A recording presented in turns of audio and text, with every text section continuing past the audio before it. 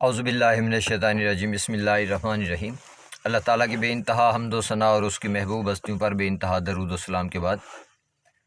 عامر بخاری کا آپ کو سلام پہنچے۔ ناظرین، میں نے پچھلی ویڈیو میں آپ کو قیامت صغریٰ یعنی دخان کے عذاب کا وقت بتایا تھا کہ اللہ تعالیٰ نے قرآن کریم میں کس طرح سے انسان کو آگاہ کیا ہے کہ دخان کا عذاب جو ہے کس لمحے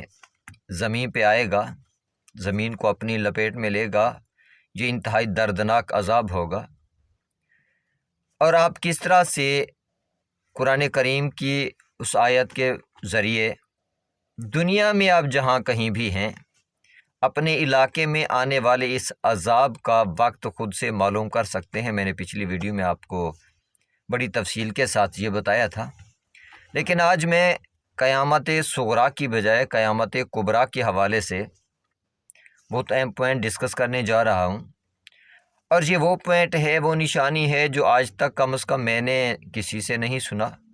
لیکن فقط قرآن کریم میں نے اس نشانی کو پڑھا ہے، تو اس لیے میں نے سوچا کہ یہ بھی آپ تک پہنچا دوں، کیونکہ علم امانت ہے انسانوں کے لیے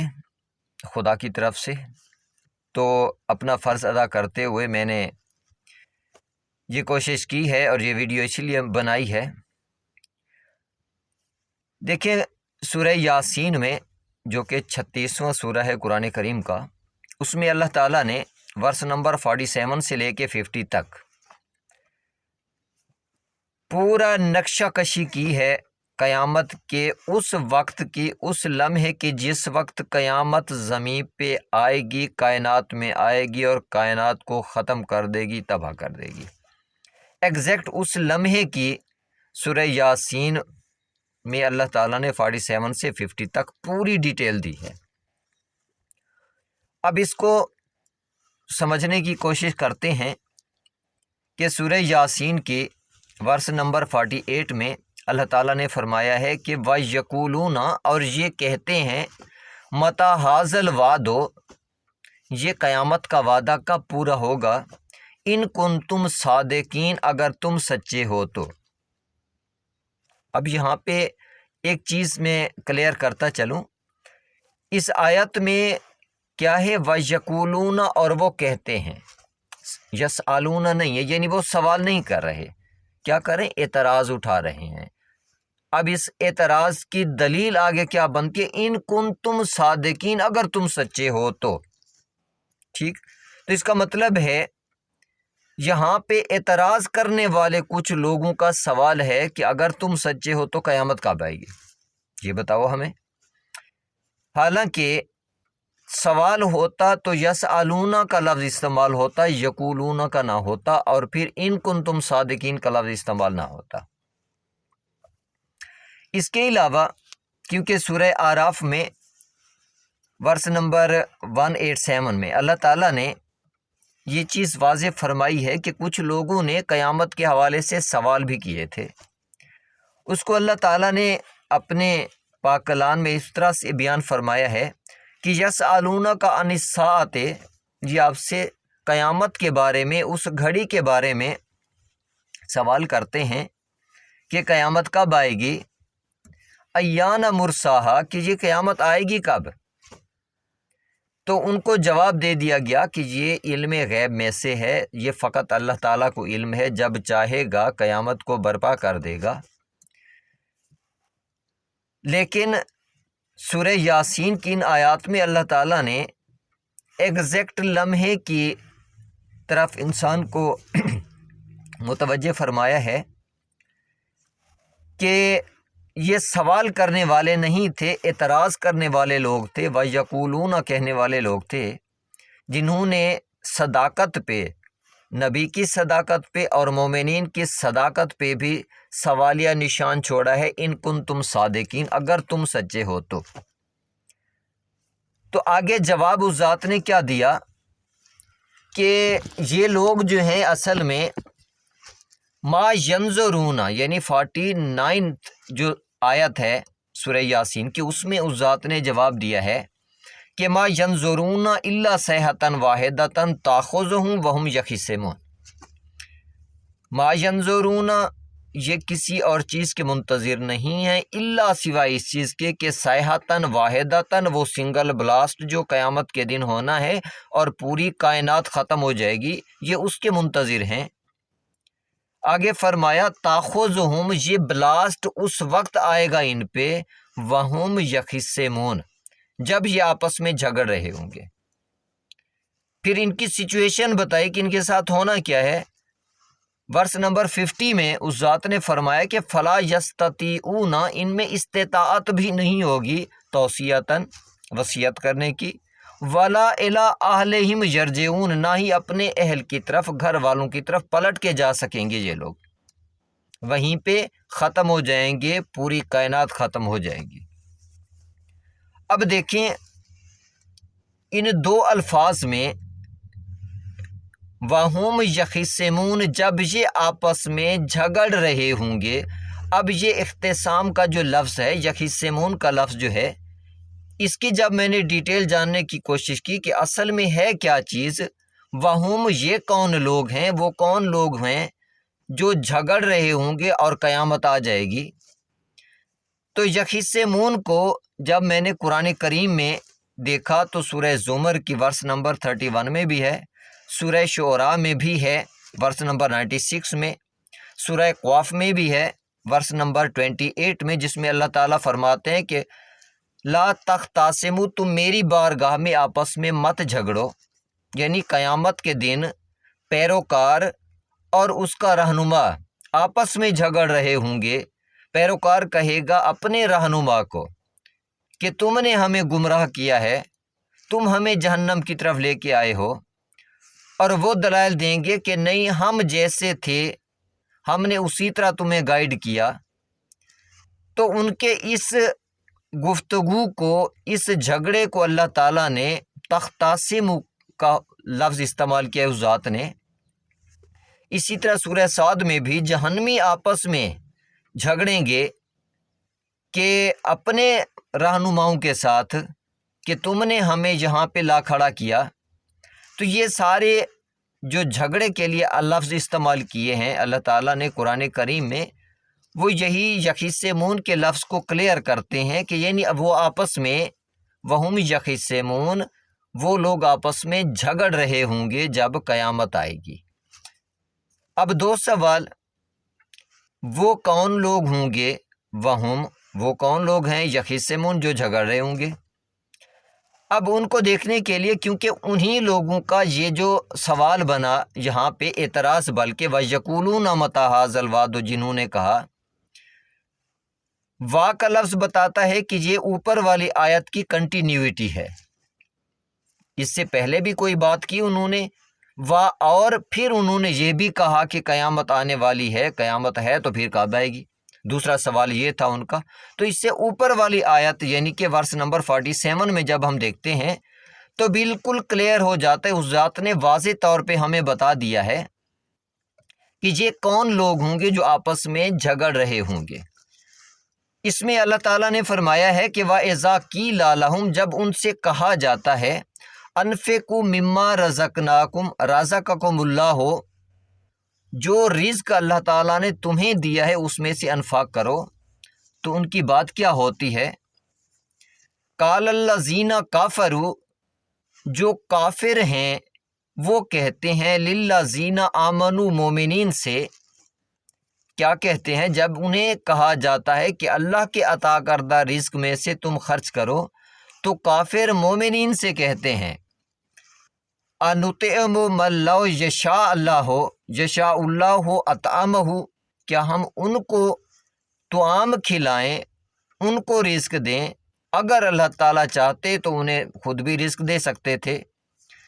ان انتم الا فی ضلال مبین،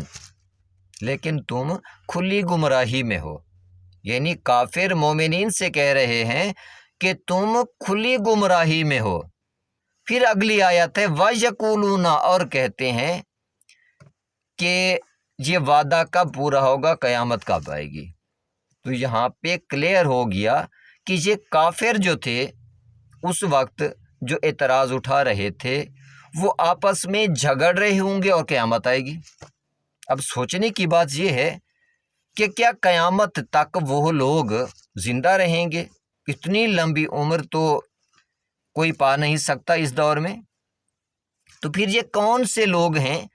کیونکہ اللہ تعالیٰ نے ان کے نام نہیں لیے، اس کا مطلب ہے وہی لوگ ایگزیکٹ نہیں ہیں، وہ پرسنالٹیز کی بات نہیں ہو رہی، اس نظریے کی بات ہو رہی، اس سوچ کی بات ہو رہی ہے کہ یہ لوگ جو ہیں، یہ کافر جو ہیں، یہ اس وقت جھگڑ رہے ہوں گے اور قیامت آئے گی۔ اب یہ دیکھنے کی بات ہے یہ کافر کہاں پہ جھگڑ رہے ہوں گے؟ جہاں پہ اس کا مطلب ہے یہ آیت نازل ہو رہی ہے، جن کافروں کو یہ جواب دیا جا رہا ہے، جو کافر جس جگہ پہ اعتراض اٹھا رہے ہیں، ہمیں اسی جگہ پہ فوکس کرنا ہے۔ جب ہم قرآن کریم کی ان آیات کو دیکھتے ہیں، اس سورت کو دیکھتے ہیں، سورہ یاسین کو، تو یہ واضح ہوتا ہے کہ سورہ یاسین مکی سورہ ہے۔ اس کا مطلب ہے کفار مکہ کی بات ہو رہی ہے کہ انہوں نے اعتراض اٹھایا کہ قیامت کب آئے گی، تو اللہ تعالیٰ نے جواب دیا کہ یہ لوگ آپس میں جھگڑ رہے ہوں گے، کفار مکہ آپس میں جھگڑ رہے ہوں گے اور قیامت آئے گی۔ اب دیکھیں حالات بالکل بدل گئے۔ قیامت کے وقت اس کا مطلب ہے پھر وہی حالات ہوں گے کہ وہاں پہ کفار پاور میں ہوں گے۔ اب ان کی کریکٹرسٹکس ہی اللہ تعالیٰ بیان کر رہے ہیں نا، کہ قیامت کے دن ان لوگوں کے کریکٹرسٹکس انہی لوگوں والے ہوں گے، یعنی یہی کافر ہوں گے جو آپس میں جھگڑ رہے ہوں گے۔ اب اگر ہم ان کے کریکٹرسٹکس دیکھتے ہیں، ہم نے سمجھنا ہے کہ قیامت کتنی قریب ہے، تو اس کا مطلب ہے ہمیں مکہ مکرمہ پہ فوکس کرنا ہے، ہمیں عربین پیننسولا پہ فوکس کرنا ہے کہ وہاں کے حالات جب یہ بن جائیں کہ یہ لوگ آپس میں جھگڑنے لگیں، تب قیامت آئے گی۔ اب نمبر ایک، اگر ہم ان کو دیکھتے ہیں، ان کفار کی کریکٹرسٹکس قیامت کے وقت یعنی کہ موجود ہوں گی،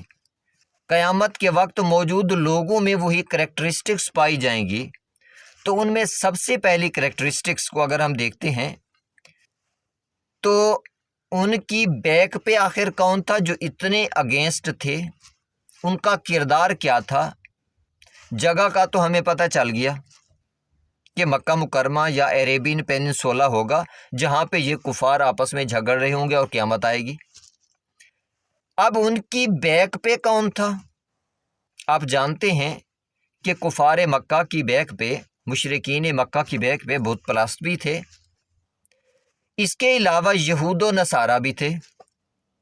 تاکہ آخری نبی کی مخالفت کی جائے۔ اب ہم نے دیکھنا ہے کہ مکہ مکرمہ پر جن لوگوں کا اختصام ہونا ہے، انہوں نے آپس میں جھگڑا کرنا ہے، ان کی پشت پناہی، کیونکہ انہوں نے آپس میں جھگڑنا ہے۔ جب دیکھیں آپ مکہ مکرمہ میں، عربین پیننسولا میں لوگوں کی پشت پناہی بت پرست کر رہے ہوں، نمبر دو یہود و نصارہ کر رہے ہوں، یہ دو بڑے گروپ جب ان کی پشت پناہی کریں، ان کی سپورٹ میں کھڑے ہوں، تو سمجھ جانا ہم قیامت کے قریب پہنچ چکے۔ نمبر دو، ان کے کریکٹرسٹکس کو اگر ہم دیکھتے ہیں تو انہوں نے کیا کیا تھا؟ مولا رسول خدا کو مکہ میں نہیں رہنے دیا، مولا رسول خدا کے محترم اصحاب کو مکہ میں نہیں رہنے دیا، یعنی اس وقت لا الہ الا اللہ محمد الرسول اللہ پڑھنے والوں کے لیے مکہ کی سرزمین بہت ہی مشکل ثابت ہوئی۔ کفار نے ان کو قتل بھی کیا، ان کو وہاں سے ہجرت پہ بھی مجبور کر دیا۔ اب ہم نے یہ دیکھنا ہے کہ جب مکہ کی سرزمین سے، جب عربین پیننسولا سے لا الہ الا اللہ محمد رسول اللہ پڑھنے والوں کو قتل کرنا شروع کر دیا جائے، وہاں سے لا الہ الا اللہ محمد رسول اللہ پڑھنے والوں کو نکالنا شروع کر دیا جائے، ان کو ہجرت پہ مجبور کر دیا جائے، تو اس کا مطلب ہے ایگزیکٹ وہی سچویشن ہے، قیامت ہمارے قریب پہنچ چکی۔ تیسری چیز، ان کی کریکٹرسٹکس کو اگر ہم دیکھتے ہیں خاندانی بنیادوں پہ بھی، تو ایک آیت ہے تبت یدا ابی لہب و تب، کہ ابی لہب تیرے ہاتھ ٹوٹیں۔ سوچنے کی بات یہ ہے کہ تبت یدا کا جو لفظ استعمال کیا ہے، اس کا مطلب ہے جو ابو لہب تھے، حالانکہ رسول خدا کے اپنے خاندان کے فرد ہیں، اس کے باوجود وہ سب سے بڑے دشمن تھے۔ تیسرا کریکٹرسٹک یہ آیا کہ یہ لوگ جو آپس میں اس وقت جھگڑ رہے ہوں گے، اپنے خاندان کے بھی دشمن ہوں گے، اپنے خون کے بھی دشمن ہوں گے، یعنی خاندانی قرابت داری بھی ان کے حیا سے باہر ہوگی۔ تو اٹ مینز یہ بھی ہم نے نظر میں رکھنا ہے کہ جب عربین پیننسولا میں خاص طور پہ مکہ پہ کنٹرول کرنے والوں کا اپنے رشتہ داروں کے ساتھ جھگڑا شروع ہو جائے، سمجھ جانا قیامت ہمارے سر پہ پہنچ چکی۔ تو میرے خیال میں پچھلی جتنے کریکٹرسٹکس ہیں کافی حد تک سمجھ میں آتے ہیں۔ عربین پیننسولا میں یہ چیز راسخ ہو رہی ہے آہستہ آہستہ، اپنے خاندان کی دشمنی بھی ان میں ہے، لا الہ الا اللہ محمد الرسول اللہ پڑھنے والوں کو بھی یہ قتل کر رہے ہیں۔ اس کے علاوہ یہود و نصارہ کی اپروچ بھی وہاں پہ بہت زیادہ ہے، بت پرست یعنی انڈیا، ان کی بھی اپروچ وہاں پہ کافی زیادہ ہے۔ تو یہ تمام تر وہ چیزیں تقریباً واضح طور پہ نظر آ رہی ہیں، صرف فرق یہ ہے کہ آج مومن ہے وہاں پہ، کل حالات اس قسم کے بن جانے ہیں کہ وہاں پہ مومن کس وقت کنورٹ ہو جائیں کفار میں، یا کافر غالب آ جائیں وہاں کے مومنین پہ۔ لیکن قرآن کریم جو ہمیں بتا رہا ہے کہ وہ کہتے ہیں وہم یخصمون، وہ کفار تھے کون؟ عرب کے۔ اس کا مطلب ہے مسئلہ وہیں پہ آنا ہے، ان کے ایمان پہ آنا ہے، عرب کے عربین پیننسولا کے لوگوں پہ، خاص طور پہ فوکس کس پہ؟ مکہ مکرمہ پہ ہونا ہے ہمارا۔ تو اس میں اللہ تعالیٰ نے سورہ نساء کے ورس نمبر 51 میں بھی ہمیں یہ آگاہ کیا ہے کہ بسم اللہ الرحمن الرحیم، ان کی سپورٹ کے حوالے سے عربین پیننسولا کے لوگوں کی یا کفار مکہ کے حوالے سے ان کو سپورٹ کون زیادہ کرتے تھے کہ اللہ تعالیٰ نے ہمیں واضح کیا ہے کہ الم تارا الی الذین اوتوا نصیبا من الکتاب یؤمنون بالجبت والطاغوت ویقولون للذین کفروا، اور کافروں کے لیے کہتے ہیں ہؤلاء، یہ لوگ اہدی، زیادہ ہدایت یافتہ ہیں، من الذین آمنوا سبیلا، مومنین کے مقابلے میں۔